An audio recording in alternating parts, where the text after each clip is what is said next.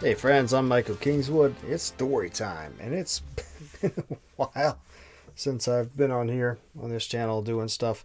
Um, no, a lot of stuff going on the last few months. Biggest thing was me and my corporate masters did one of these a couple months back. I had been planning to depart the corporate domain in favor of focusing on this and writing and making a go of, you know, writing career as a thing. But some events happened that made made the necessity for me to leave. Um, Not just inevitable, but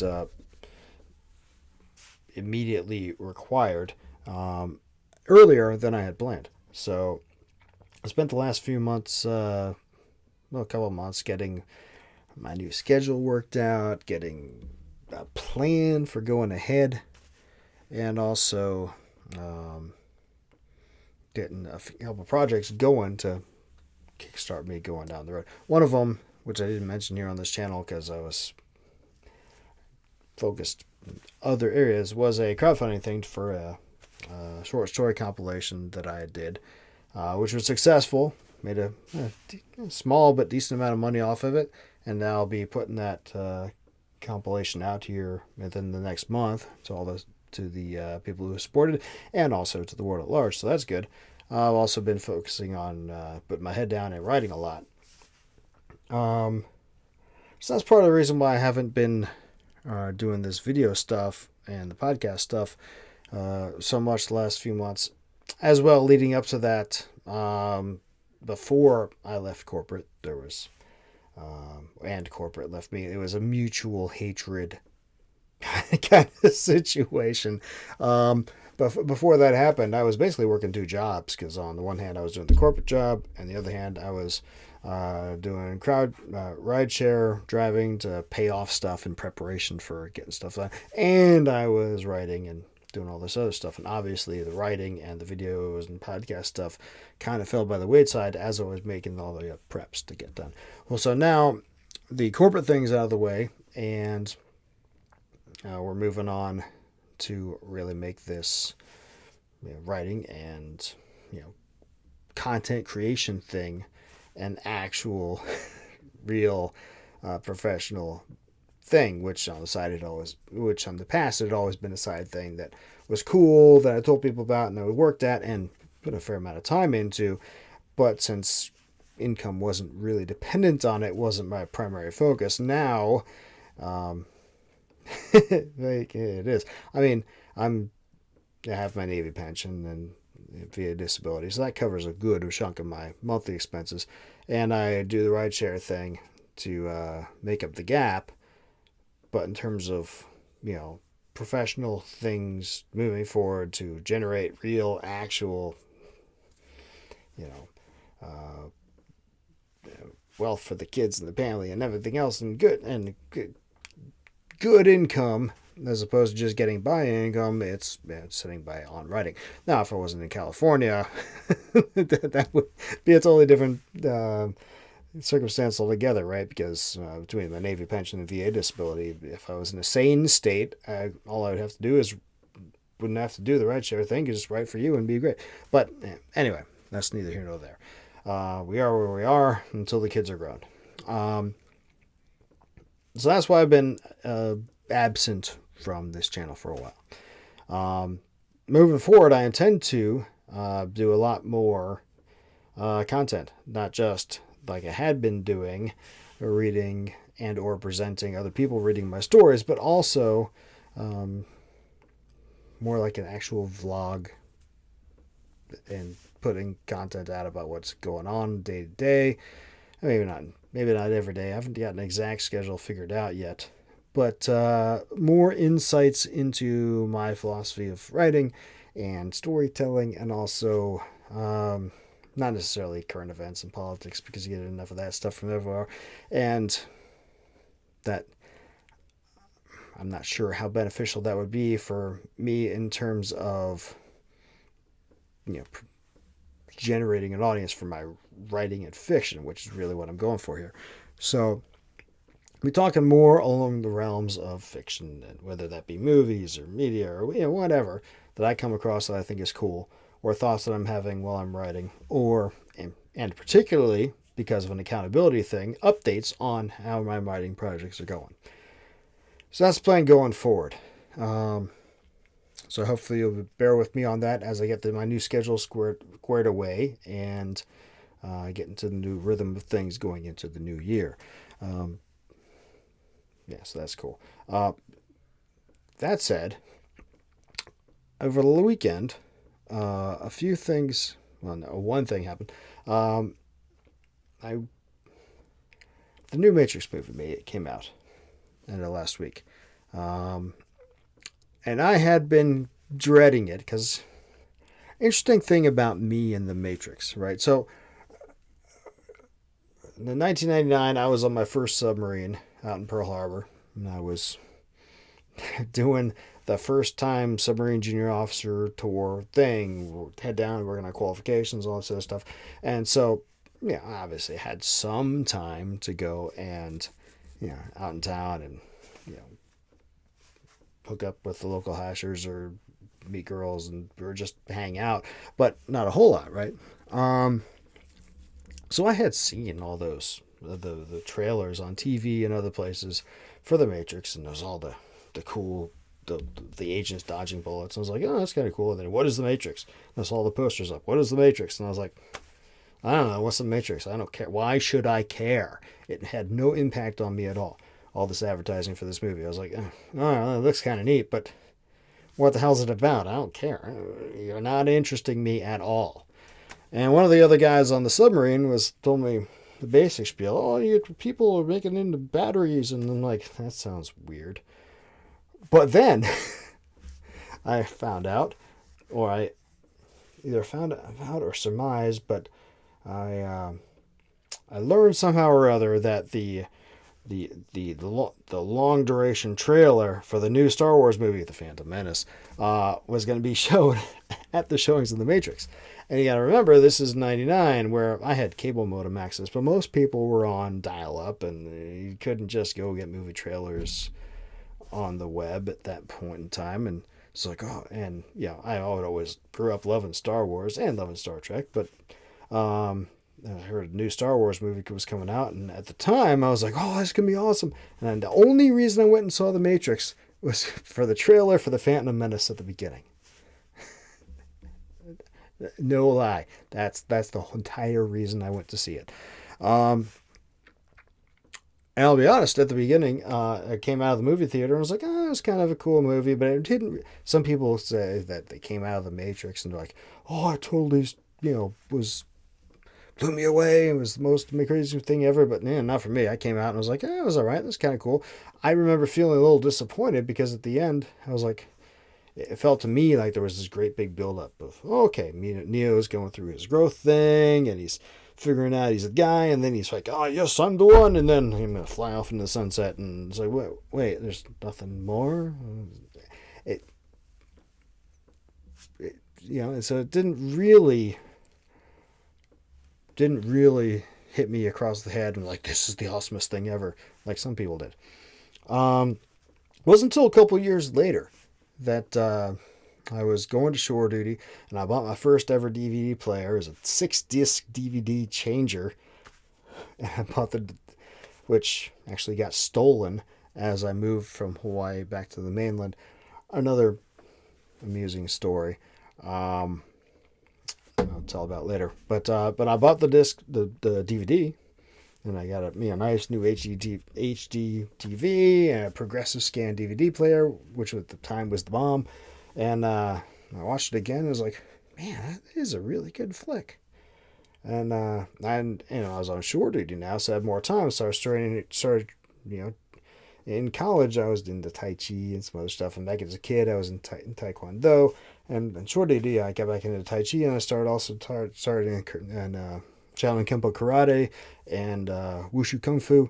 And as I was learning all this sort of thing, I was watching The Matrix. I was like, dude, I see a lot of the moves that I'm learning there, and this is cool. And I was really psyched when the sequels came out. And when the sequels came out, it's like, man, Reloaded came out, and a lot of people talk about how they really didn't like the Matrix sequels, and I'll tell you, I really liked Reloaded a lot. Um, there were some things about it that were off-putting to me, but I really liked the expanded entry into the Matrix world, and I actually thought the twist with the architect was awesome because at the time I was like, for a while there I was like, surely the machines could have seen this coming or something, and then the architect shows up and it's like, oh yes, it's the mind twist that I was hoping to see, and not hoping to see, but it's like that's a mind twist. It's not like I was looking for that particular mind twist, but it was the type of mind twist that worked for me. And I was like, oh man, that's great. And I thought the Merovingian was awesome. I thought the entire sequence of getting the keymaster or the key maker and all that sort of thing was cool. And the highway chase, I was like, oh man, this is great. The parts of Reloaded that didn't work for me were frankly the parts in Zion. And that's why Revolutions didn't work for me at all, because it was pretty much all in Zion. The things that appealed to me about the Matrix were inside the Matrix, not in the real world. And so in retrospect, in future, I've obviously bought all the discs for all these movies, and going back to it, Revolutions has grown on me over the years. And it was never like oh man, I hate that. That was the worst thing ever. It was like, man, that was a little disappointing.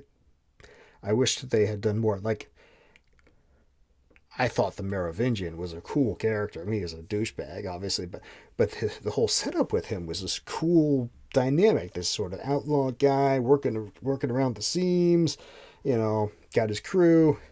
He's pompous, but he's also competent, and he's, making his his black market trade, and then he's in the revolutions for like 2 minutes, and then what the hell is the point of that guy, right? Disappointing. And the same thing with a lot of stuff. If I had been writing Revolutions and Reloaded, I would have done it differently. But obviously, but I'm not the writer for that. So that's where I'm coming from with The Matrix, right? It was not something that immediately, resonated and struck with me as like, holy smokes, but something I grew to love. And then, liked the sequels, the first sequel more than the second. But I actually really liked the Animatrix too. I thought that was very cool. I never played the video game. I kind of regret not doing that, because apparently, from what I understand it, there's a whole lot more scenes, live action scenes with Ghost and Niobe and some of the other crew members that didn't make it into Reloaded and I think it's primarily Reloaded, that add a whole lot to that storyline that if you didn't play the video game, you missed it. And that's what I heard. I haven't played the game, so I kind of regret not seeing that. Because I thought the whole thing was cool. So anyway, that long way of saying, when they announced they were making this new Matrix movie, I had a sinking feeling, right? It was the old son of a bitch. Hollywood, why? Hollywood, why? No, it doesn't need to be anything else. And with the day and age being what it is like, oh God, they're gonna go do some kind of modern political woke thing, and do what they did to Luke Skywalker, make him into a douchebag, and so Neo's gonna become some pansy, and they're gonna ruin it somehow. Or it's just going to be a shameless, stupid rehashing money grab thing, and it's going to suck. And so I wasn't planning to see it. Just because I wasn't that interested. I was still following all the reviewers, folks that I like to watch on YouTube, like Geeks and Gamers and The Critical Drinker and Nerdrotic and some other guys like that. And sure enough, right, Geeks and Gamers came out and said, "Oh, it's horrible, and here's why they changed Morpheus and they changed Smith and they changed these other things, and it's just a money grab. Don't go see it." And then I saw part of a stream that he and the Critical Drinker and a few others got on, and they were just bashing it left and right. And I was like, okay, well, it sounds horrible, but at the same time, it's a series that I have some affection for, and for whatever reason, I said screw it. This was New Year's, the day after Christmas, rather. I was like, the kids were back with mom, and there's me and my new puppy. That's the other reason why I've been slacking on the video thing. Is I got me a new puppy. Well, I didn't get me a new puppy. It's actually a gift from the ex-wife, if you can believe it. Cute little Malinois pup. And so I'm training her. So when you get a puppy, it's like having a kid, and she can't stand to be out of my sight. So it's one of those things where I was like, hey, get out of here, kid. I'm trying to write. Or get out of here, kid. I'm trying to do. Oh, you got to go out for a walk. All right, let's go. So that's been interesting. But she's a lot of fun. She got a bit of an attitude about her, and I made a little meme displaying how that attitude works. It's kind of fun, and I'll show it here. So anyway, but that's only in the last couple of weeks. Where was I? Oh yeah, so I wasn't gonna go to the theater because the puppy, and the kids were back with their mom, and so yeah, it's me and the puppy.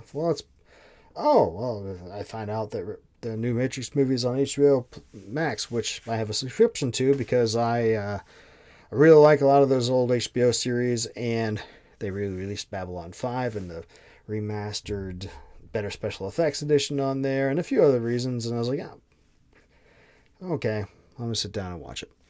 Despite what all the critics that I approve, that I tend to respect their opinion of, said. And I got to say, I'm not on the same page with these guys whose opinions I like, the Nerdrotic guys and gamers. And the Critical Drinker just today, this is now Tuesday, he put out a video lambasting the entire thing. And I find myself not in agreement. Now, don't get me wrong. I am by no means saying this film's in any way up to the level of the first Matrix or even the second or third. There's major issues, and as far as movies go, it's not a great movie. But I don't think as much as an abortion as these guys are saying. A forum that I'm on online, a community that I'm a member of, asked me for my thoughts on it when I announced that I was going to go see it, because most of the people on there were not going to go see the thing. And I said about some of my thoughts on there, but limiting characters and how you can in how you can express yourself there, and it really takes a lot more to get through my thoughts than I could go on there. So I decided to make this video, and frankly, I needed to restart this channel as part of my new effort anyway. So here we are with Two Birds with One Stone. Now we're almost 20 minutes into it. We're finally getting to the point of this video and podcast. I apologize for that, but it is what it is. So this new Matrix movie, again, not saying it's a great movie, not even saying it's a good movie. I'm saying it's not the utter abortion that these other people are saying. My biggest fear going into it was it would be some cringe, 2021 political woke douchebaggery insertion thing, and it wasn't any of that. So by that standard alone, it was like, above my expectations, right? So I guess the best way to talk through it is to talk through the plot, which means talk spoilers. And if you guys didn't want to see it, it doesn't matter to you. If you were planning to see it, I guess either plug your ears or turn off now. Basic premise of the plot is that, in Revolutions, Neo and Trinity both die, but here somehow the machines grab their bodies, and it requires a big "I believe" button push, which is one of the big issues I have with this. Is the plot is very contrived because somehow they grabbed their bodies and they reconstructed them and brought them back to life, resurrected them exactly the way they were, kind of, sort of, but never mind the fact that when somebody's long dead, you can't just bring them back to life. And you can't construct a new body and then have the same person in it. Right? That's not the way human beings work. I mean, for one thing, the soul's gone on to be with God or not. Or even if you don't want to look at it that way, the spark of, if you're, whatever spark there is in a person, if you just construct a new body, it's not going to be the same thing, right? So I guess the machines would have had to have somehow gotten to Neo and Trinity before they were fully brain dead or something. I mean, they had Neo, so they could do it immediately, but Trinity somehow. Big "I believe" button push, but just go with it. So they decided to preserve them back to life because in the aftermath of the Revolutions thing, they had the treaty set up, and the humans that want to leave can leave, and apparently programs and robots that want to leave can leave, because in this movie there's machines and programs who have left and come to live with the humans, which is actually which I thought was kind of cool.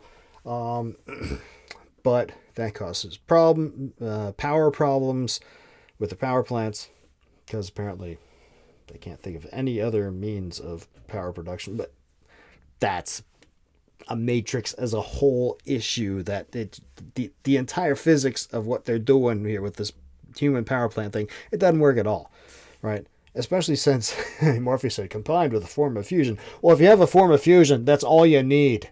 You don't need to make humans into batteries. But anyway, never mind. But again, going with it, so you had to push a big "I believe" button for the first Matrix too. So the second Matrix, anyway. So for a while the peace treaty held, but then power production problems, internal fighting with most machines, a new machine faction rises up who's more hardline, and they take over. Morpheus has been running Zion. He doesn't recognize that the new faction is coming up. Zion gets whacked but Niobe and a bunch of other people manage to escape and found a new city they called Io, which is more better hidden, and they're developing it with the help of other machines in there to make it actually a better place. And now basically the war has started up again. Entirely plausible, right? I mean, it's no peace lasts forever in that sort of circumstance. Meanwhile, continuing on with the premise of the plot, they've rebooted the Matrix, and the new guy who's put in charge, because for whatever reason they fired the architect, this guy, the analyst. He figured out that the problem with the architect's problem, the recurring anomaly, could be gotten around, but if they focused in on Neo and Trinity, and for whatever reason, the two of them and their love story, and the male-female dichotomy of human beings, for whatever reason, if they focused in on them, the vast majority, the human population would just be sheep, and they wouldn't even think about leaving, because if they kept Neo and Trinity close enough together, but never that they knew each other and wanted each other, but could never be in that tension be enough to keep people from rebelling. Again, "I believe" button, but that's the premise, right? So what they did is they reconstructed Neo and Trinity bodies in these tanks, and they insert them back into the Matrix, but they've recoded their digital persona so they don't look the same. And they also managed to somehow reincorporate Agent Smith and save him from deletion when they took over. And they recognized that his bond with Neo was beneficial for keeping Neo in line, so they retweaked him. They erased all their memories, put new memories in, and they retweaked. So Trinity ends up being this girl Tiffany, who is married to Chad. Of course, he's married to Chad. And then Neo is Thomas Anderson, who's the computer programmer who made the computer game The Matrix. And so the whole Matrix trilogy is the computer games. And Agent Smith, since he got this bond with Neo, is Neo's business partner, but he doesn't know. So, but his memories are erased, so he thinks he's really a business partner. And then off we go. Right? So, a lot of I believe buttons need to be pushed for this. None of them are that unreasonable to push, especially when you're dealing with the I believe buttons that need to be pushed for the entire concept of the Matrix to begin with the whole human battery thing and all that other stuff, and the eternal clouding of the sun and sentient computer programs at all. I don't buy into the notion of the IT singularity. I don't buy into the notion of real AI as in sentient life form style AI. All the guys who are promoting that, they're all futurists, and futurists are all charlatans, and they vastly underestimate how complicated true intelligence and sentience actually is. Leaving aside the spiritual aspect of it, right? The human beings, we are not merely physical creatures, right? We have a soul, we have a connection to God, and the spiritual side of life, and this multidimensional universe we live in. Machines, unless God himself comes and puts a soul into that machine, it's not going to be anything more than a number crunching computer. Man, that's my view on it. Somebody who's a strict materialist person will say, BS, Kingswood, you're an ignorant schlub, and certainly could be. And I guess we'll see as future progresses. But I'm willing to put money down on the fact that there will never be an actual sentient AI style thing. It's because it's true sentience is more than the sum of the parts, and we're not. You could completely build a fake human brain and you still wouldn't get it right. Everybody who thinks that they're right on the verge of doing it, they're full of it. Anyway, so a lot of I believe buttons to push, even with the original Matrix concept.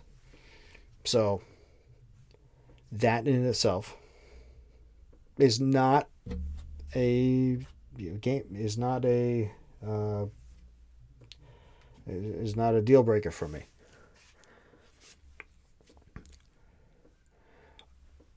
I had trouble when the movie first started, though. So when you go in, you go into the same hotel in the first Matrix, and the same damn thing. The cops are going in. All this time they're in full post 9/11 tactical gear as opposed to in 1999 pistols and when cops were cops and not soldiers. But same damn thing. They go into the room and there's Trinity in the hands up, and there's the lieutenant. Except this time he's not a lieutenant. He's something like a sergeant. Another slacker sergeant too. Frankly, the lieutenant in the first film was more impressive to me.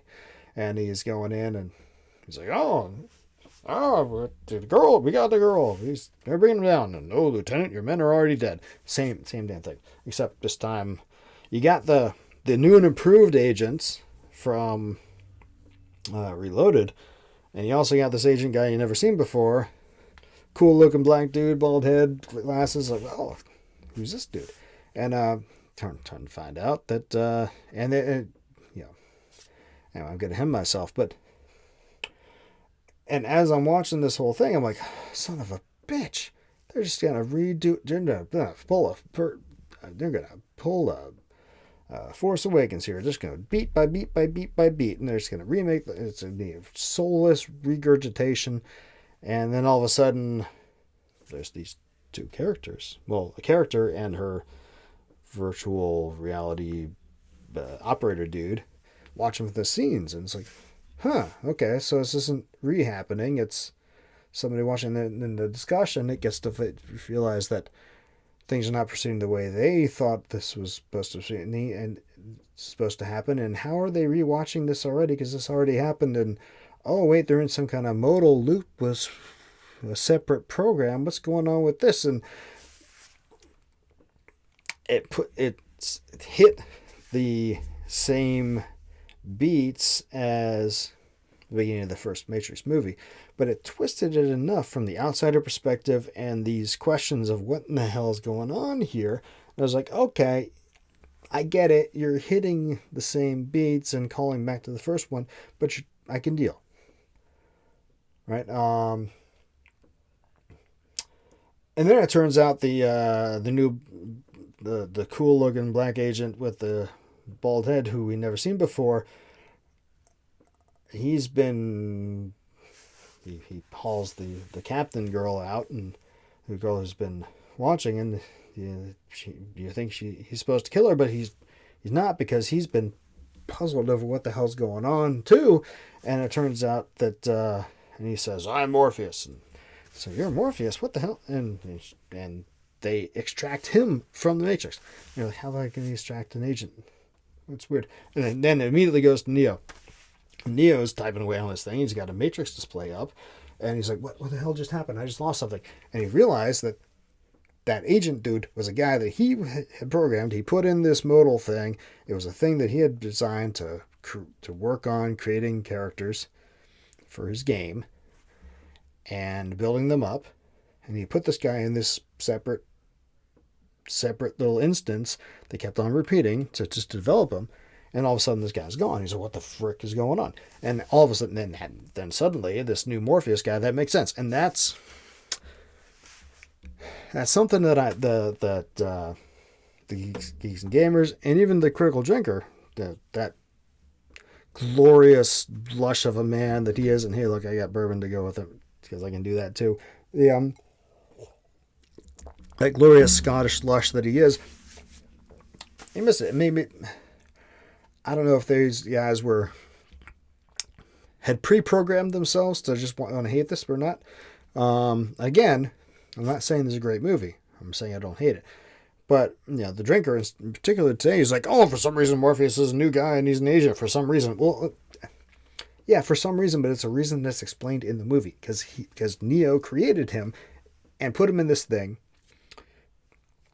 to see what would happen as he developed, and then fed him data, and he put in the node that the modal unit that Neo put him in had Thomas Anderson's apartment from the Matrix in it. And so this dude's going around and he keeps butting his head up against the wall of all these things, and he can't go anymore, and he's going through the same loop, and eventually he's like, what the frick's going on? I gotta find this Thomas Anderson guy. I mean, it makes sense if you pay attention to the movie and you think it through a little bit. And, Geeks and Gamers, he was all pissed off that it wasn't, that the new Morpheus wasn't the same actor as the last guy, and that Agent Smith is not the same actor. Well, there's in-movie reasons why that makes sense. The new Morpheus guy makes sense because it's a character that Neo created. The Thomas Anderson, the computer programmer who thinks he's Neo, but he doesn't know he's Neo. He created him in this thing, so it makes sense that he's not the same guy. And also, let's be honest, Lawrence Fishburne is not in the kind of fighting trim that Keanu Reeves is. Right? It probably wouldn't work. And for Agent Smith, there's an in movie reason for that too, and we already talked about it. They realized he had the bond with Neo. They wanted to use that bond to keep Neo in check for this new version of the Matrix, and so they stuck him in there. But they changed him. They erased his memories, changed his appearance, so that he wouldn't know who he was, and Neo wouldn't know who he was. So he has to look different, right? So the whole setup, it works, right? So after this, we get to Neo, and that's where it starts going off the rails a little bit, because for the next little while, it gets a little bit meta. It gets a lot meta, and a lot of people complain about that, and it is kind of dumb. But and Tim Pool touched on this in a discussion he had on it. And I agree with him. I was thinking this when I watched the movie. I was like, man, Wachowski did not want to make this movie. I mean, I've never met Wachowski, but I guarantee you that did not want to meet this movie. It flat out says it when, Thomas Anderson, Neo, gets called up to his boss, who's Smith, but we don't know it yet. And he's like, our parent company, Warner Brothers, is forcing us to remake the Matrix games. And Neo's like, what the fuck? And he's like, yeah, well, they said they'd do it without us if we didn't go along, so we're going it. Back to the Matrix, baby. Pooh. And so I have no proof of this, but I would be willing to bet that the Warner Brothers guys went to Wachowski and said, everybody else is rebooting their movies and making a shit ton of money from it. We're going to do the same thing in the Matrix. You're on board or you're not. And Wachowski was like, okay. And Warner Brothers probably never looked at the script, never looked at any of this, because the next 20 minutes, they're just poking fun at the super meta, poking fun at, not poking fun, like insulting the development process, because you have this roundtable discussions with this marketing slut and all this other jackasses, and some of this I'm sure is what Wachowski's gone through with over the years. Some snob talking about, I think the Matrix represents this, when Wachowski's like, dude, I told you what it represented. It's none of those things, and it's also just a movie that I thought would be fun. And it's like going to English, in high school English class, you have your English teacher like, Shakespeare really meant to talk about this, and it's a metaphor for this political thing that I think of now. It's like, seriously, dude? Shakespeare was a guy trying to put butts in the seats in his theater in 16th century. He was going for entertainment, guys. So that kind of pompous. So that this whole montage of Neo sitting through these jackastic marketing meetings, like, oh, shoot me now, and then going to his therapist, and I gotta say that I gotta think that's Wachowski saying, "Screw you, the studio, you made me do this," and maybe I'm wrong. So the new crew tries to find Neo and eventually finds him, trying to give him a red pill, and it goes horribly wrong. And then the new Smith comes in, it gets revealed, and eventually he pops out. He's in the pod again, and then he meets the crew again. And this, like the Critical Drinker said earlier today, he meets the crew again, and he goes to Zion again. He does all these things again, and I agree, it doesn't work. It could have worked. It could have worked quite well. The Matrix part. I was thinking about this last night. The reason the first Matrix movie, part of the reason the first Matrix movies worked, because it was very tight, right? You had Neo, you had the crew, you had Agent Smith, and that was like the entire cast. Yeah, a couple of extras, right? But really, it was Neo, Morpheus, Trinity, Agent Smith, and Cypher, and the rest of the crew. Tank Dozer and Switch and whatever his name was, right? And then Mouse. Real tight, right? and it's just in the ship. They're doing their thing. That is great. And this one, they try to do too much. They get Neo out again, which okay. I mean, given the setup of the premise, you got to do that. But then they go back, go to Zion. Oh, really? It's Io. And then you meet Niobe, who's the new general and the mayor. And then you got to see how they're growing strawberries. And you got to see how all these various machines are hanging out. And then you got to go up. Oh, what? We're escaping. But Neo, we love you, but we're putting you in jail because the captain's a douchebag. She shouldn't have got you out. And then we're going to jailbreak and go out. And we're going to try to find out what's going on with Trinity. Oh, but then we're getting hauled back there, and then we're realizing after another machine comes down and talks to us, oh, we really got to go get Trinity. So then we're all going up to get Trinity. And there's this convoluted mess of too much crap going on. It doesn't work. Doesn't work at all. What they needed to do was strip it down to the core of the story. The core story is this, right? They get Neo out. Trinity's still in there. They got to get her out because then, the love story, it's good. But also, the way the new Matrix is set up, it needs both of them involved to work. So you got to get both of them out to have any hope of circumventing the new Matrix. So that makes sense. But way too much crap going on. Would have been better to stay on the ship and have transmissions back from the town saying, "Hey, Captain, what the hell are you doing? Get the hell back here!"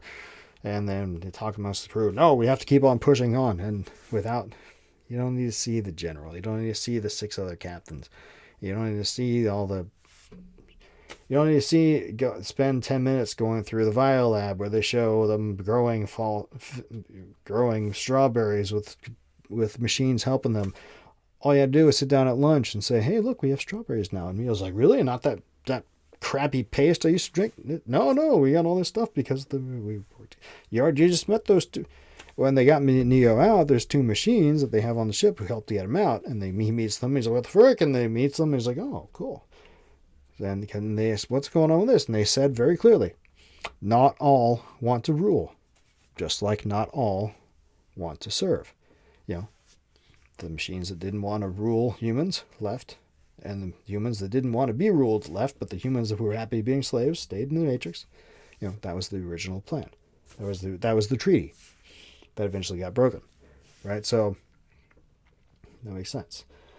It could have been done a lot better.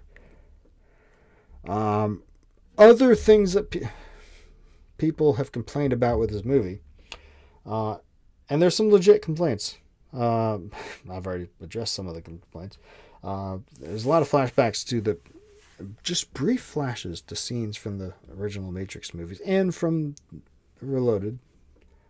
I remember Geeks and Gamers having a big issue with this, like, yeah, they have to use scenes from this one to prop up the new one. It's like, well, that's not really what's going on, right? Because every time these flashbacks happen, remember, we start off, we're in the new captain's dog's, her point of view, and then we shift to Neo, and it's only his point of view for the next while, right? And Neo's in this weird state where he is Neo, he's the one, but they've erased his memory, reprogrammed his mind, reprogrammed his past, so he was this guy who created this Matrix thing. It's a huge, exercise in gaslighting, right? Yes, you know about the Matrix. You can't completely erase that knowledge, but what you know about the Matrix isn't real. The Matrix is a video game, and it's just gaslighting for the last 20 years of his life. And but you can't completely suppress that because if you push the "I believe" button of him having been resurrected or saved from death or whatever you want to say, he's got those memories. He lived all that stuff, right? There's going to be, you can't completely suppress that. There's going to be flashbacks. So as he's going through, the movie does a very good job of as he's the next, in parallel with the stupid marketing BS that he had to go through. There's him questioning, am I crazy or what? Because he sees Trinity at the coffee shop and he flashes to her from back in the Matrix. And it flashes to the scene for just a few seconds. Or just little flashes from previous movies as he sees things that would be like his memories that have been suppressed coming back up. Because this entire portion of the movie is in his point of view. And the only way to show that the memories are coming back is to flash it up on the screen for us, because it's a movie.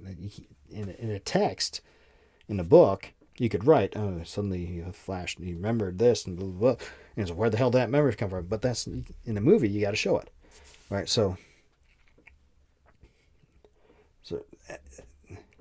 I don't think the criticism that some have put about them using previous scenes from the movie is from the previous movie is good, because what it does is it shows him the struggle he's going through in like not feeling like he's going crazy and questioning the world around him, what the hell's going on. And I think it does really well. Other things that does really well with that is at one point he gets his prescription from the analyst, his shrink, and he's going to take his pill, which is of course a blue pill, and it flashes to the side mirror of him, and you see that the face in that side mirror is not Keanu Reeves' face, it's some other face. And then he's sitting down for coffee with Trinity, and he looks down and he sees her reflection in the glass of the table between them, and the reflection of the woman in the glass that he's talking to right now in coffee is she's not a black-haired woman. She's blonde in the reflection, but she's Trinity when he looks at her. These little bitty bits of things that are that hinting that things are not what he thinks they are, and not what she thinks they are too. At one point later on, when after Smith's revealed and we know that what's going on, Smith looks in a shattered mirror, and the new Smith, who looks nothing like the old one, he looks in the shattered mirror, and you see an image of the old Smith. Because what they've explained in the movie is that the new coders, they went and changed their digital self-image so that they think they look the way they look, but everybody else sees them differently. So, which is kind of cool.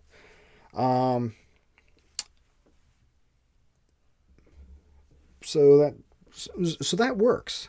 Using the scenes from the previous movie, in that sense, works. What doesn't work is some of the other stuff they did, drawing in from the previous movies. Like they brought the Merovingian back, but they made him into a hobo, and they made all his crew into a bunch of douchebag. What in the frick? And of course, the Merovingian, he's, instead of doing anything useful, he's talking about, we used to have creativity, we used to have originality, and now we're just this carbon copy replicated, going for the cheap profit regurgitation of old stuff crap rants. I'm like, okay, dude, you're right, and that's what this movie is, but could you be less on the nose? And again, trying to be way too meta. And then the other issue I had with it, it goes back to what I was talking about before, was they're trying to cram too much crap into it. Because in the end, when they go do the quest to get Trinity, Seti, the girl whom Neo met in the train station at the beginning of Revolutions, she's the one who helps him, because her dad, who he first met at the Merovingians' dining room, and then later in the train station, he had unwittingly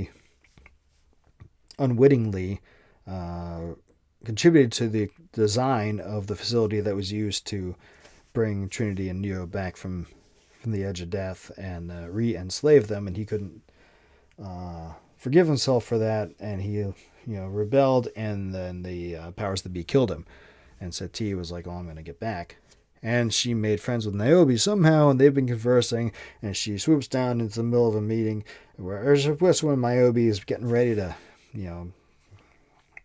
browbeat the new captain and court-martial her and send her off, and who knows what the hell she's going to do with Neo. And then Sati shows up and is like, "Oh, wait, Niobe. We really need help, and I know how to do it. And here's my big plan." And it's like, what?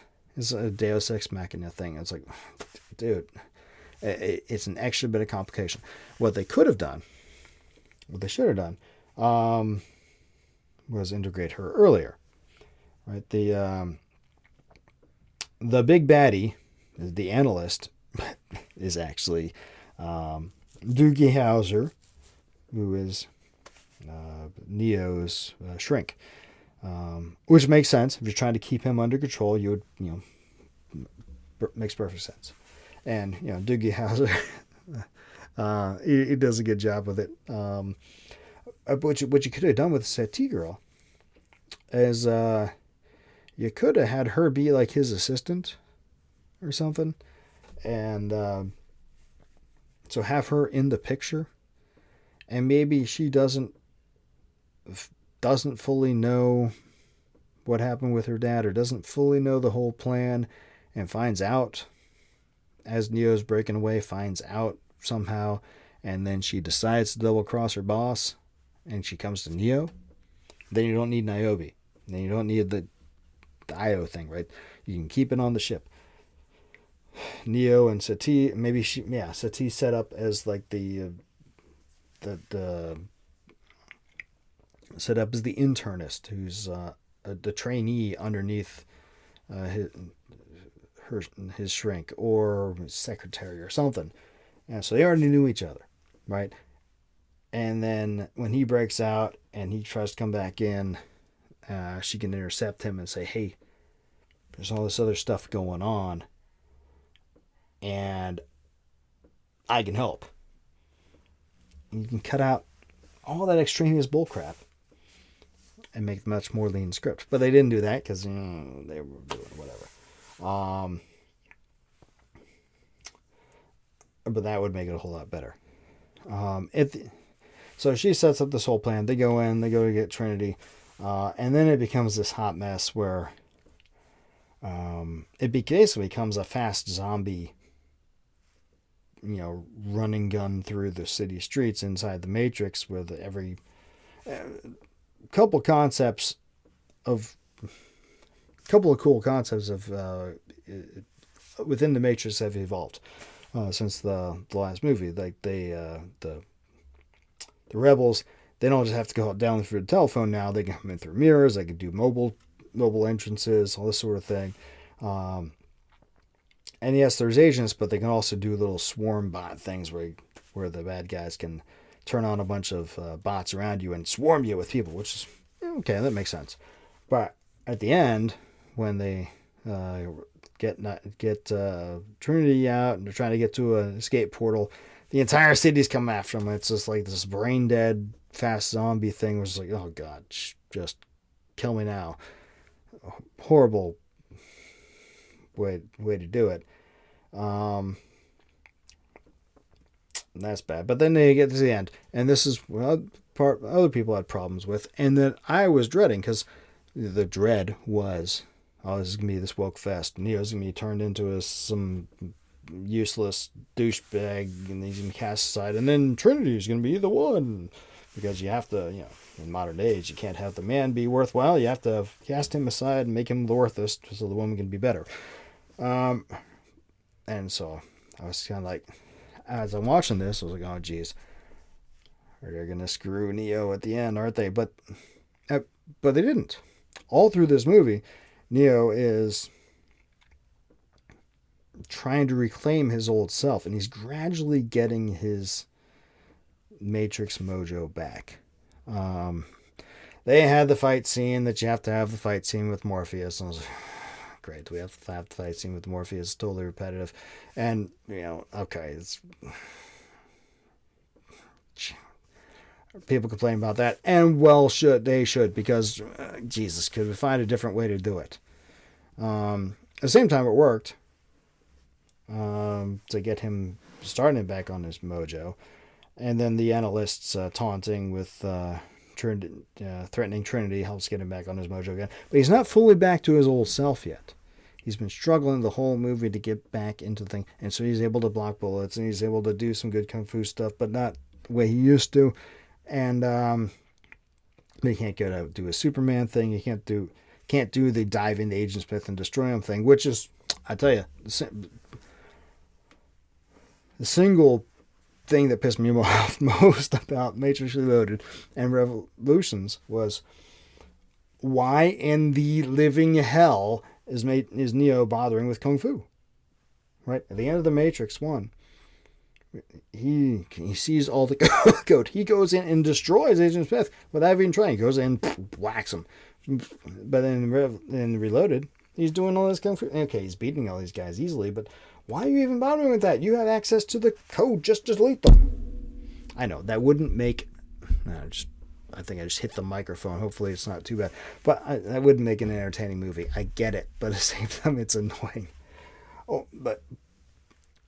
they don't have that excuse here because he hasn't figured all that stuff out yet. He can't even remember how to do the Superman thing. In fact, at one point, they're like, hey, dude, can you fly? Because otherwise we're screwed. And he's like, not going to happen. And then they start running. But you see it coming, right? They get to the top of the building, and Trinity's standing up and looking at the sun's rise, like, it's so beautiful. I'm like, oh, okay, great. This is when she becomes the one and Neo becomes worthless. Well, that's not what happens. They jump off the building together. They both start to fall, but then Trinity figures out, oh, she can fly. Okay, and then they fly away, right? And they come back and they whoop the analyst's butt. And it's like, oh, well, Trinity's the one now. Well, no, they're the one together, because the final scene, they're both flying away on their own power. She's not carrying him, and he's not carrying her. They're going together. It's a unified pair. And that makes sense if you deal with the premise of the movie, the premise that has been set out, for whatever reason, the powers that be governing the Matrix determined they needed the two of them together, paired together, but never together, longing for each other but not together, to make the Matrix work. Which means that whatever anomaly Neo had, they must have somehow encoded into her, whether they intended to or not. But they put them in the new Matrix on equal standing, so they're both, pairs together, on equal footing. Which means if Neo is the one, she's got to be the one too. Anything Neo can do, she can do, and vice versa. So, given the premise of the movie, the premise of the plot, which I grant you, I said before, you got to do a whole lot of I believes on it. You got to do a whole lot of, look aside a whole lot of douchebaggery. But given the premise that was set out, it works.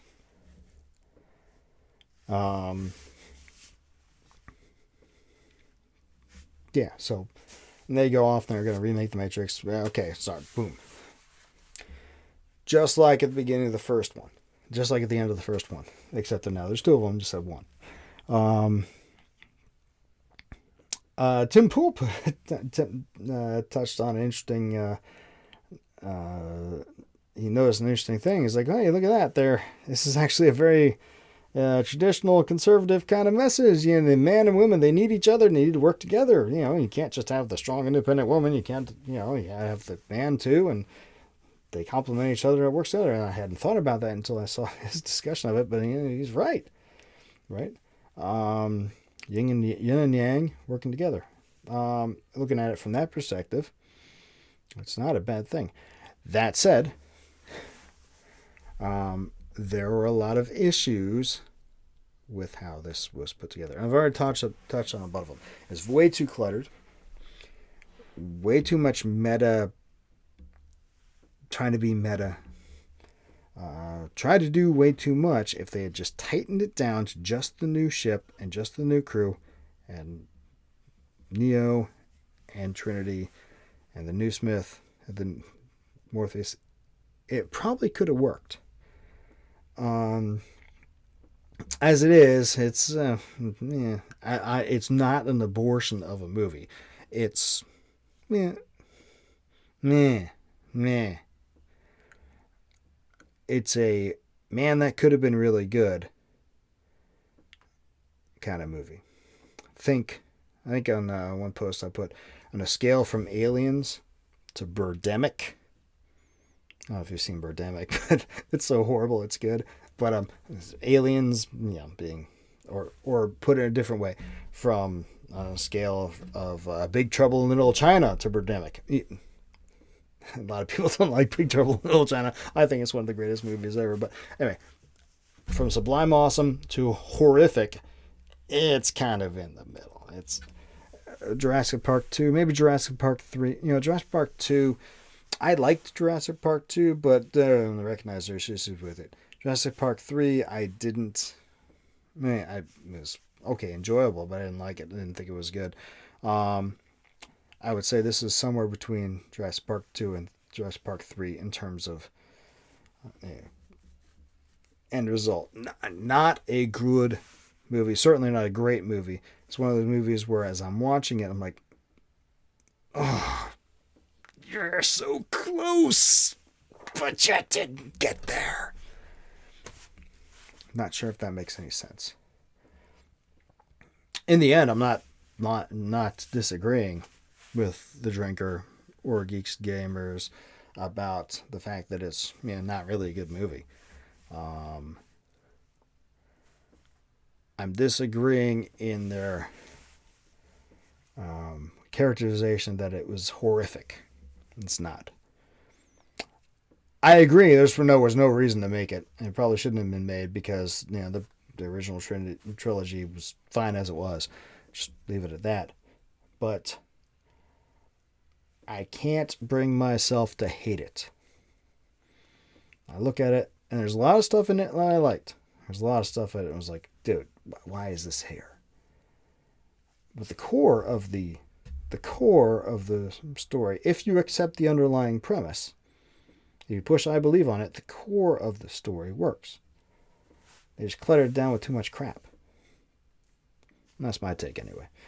All right, holy cow, I've been going for an hour here. Probably nobody is going to listen to this or watch this all the way through. And, if not, well, cool. But I felt it needed to be said. I'm not sure if this made sense, but it's one man's perspective. And I'll be back with more as time goes on. In the meantime, I am going to continue with the reading my stories thing. I'll probably do that on Saturdays, do a story Saturday. Need to finish up the Glimmervale 2, and then I'll get to the short stories. I got a bunch of them to read, so we'll be doing that for certain. And I'll be coming back here with some commentary on other matters as we go. So if you agree with me, cool. If you don't, also cool. I hope you'll understand where I'm coming from. By all means, let me know what you think. There's comment blocks, or you can go by my website, michaelkingswood.com, and send me an email from there. I'll put up an accompanying blog post on this to contain comments if anybody wants to comment there. As always, you can sign up for the newsletter at michaelkingswood.com, and you'll get the infrequent updates on when I have new releases coming out. Though the infrequent updates will be more frequent in the near future, since I am now devoting a whole lot more time towards the writing side of life. And if you really like what I'm doing, you can become a member on michaelkingswood.com too. But let's not push things too far too fast. You can find all my books at any of the various e-tailers out there, but ssnstorytelling.com is my is the business where we directly publish my books. and I get more money and, more importantly, more control over the process if you come there instead of going through Amazon or the other places. Um, and in the end, that's what I prefer. But up to you. Anyway, tune back in a few more days. We'll get back to continuing with the stories that we, the Outdweller, which we paused as I was off figuring out my new situation. And have more stories as we continue on. Thanks for tuning in. Please like, subscribe, share with all your friends, and I'll talk to you next time. Until then, don't do anything I wouldn't do.